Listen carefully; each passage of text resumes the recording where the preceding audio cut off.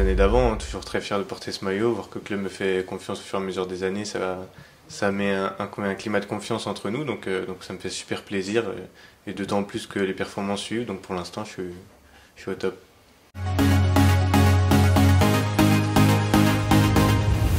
Ouais, c'est ça, appartenir au club qui t'a fait un peu découvrir le football, où tu vis, où tu tout simplement côtoies tout le monde, etc. Et pouvoir porter cette écusson le plus haut possible, c'est le plus important. Ouais, je pense que ça va un peu avec l'expérience, aussi la frustration de ne pas avoir réussi les premières années, donc forcément vouloir se dépasser.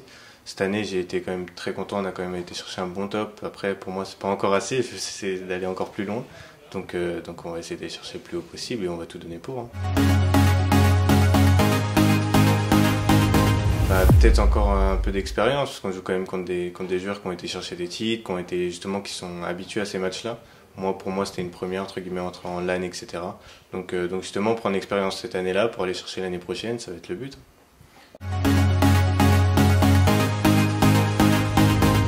On va pas se mentir que le gros changement de cette année, ça va être l'ajout des playstyles et des équipes féminines aussi, qui diversifient énormément les équipes. Donc ça ajoute une touche de nouveauté et c'est plutôt pas mal, je trouve.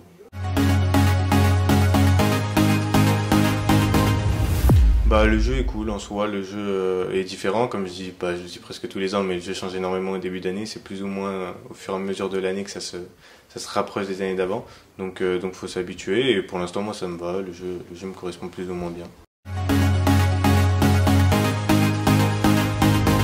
Toujours la même chose, hein, toujours vers l'attaque, on sait attaquer, on sait pas trop défendre, mais bon, si on marque plus que l'adversaire, on gagnera le match, donc pour l'instant ça n'a pas changé. Ouais, c'est ça, ça va être beaucoup plus offensif, ça va être porté plus vers l'attaque, c'est là où je vais être le meilleur, on va dire, et défensivement, je vais avoir plus ou moins quelques lacunes, mais je vais réussir à les combler justement avec mes aptitudes offensives.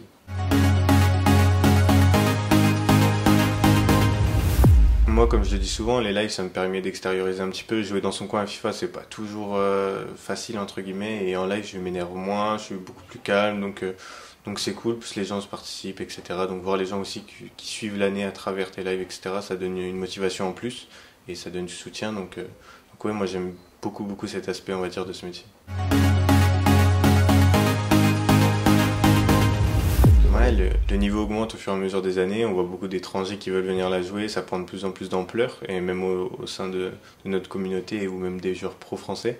Donc c'est le tournant clairement de l'année, c'est là où tous les pros veulent participer, et on attend que cette compétition-là limite, donc pressé de la jouer.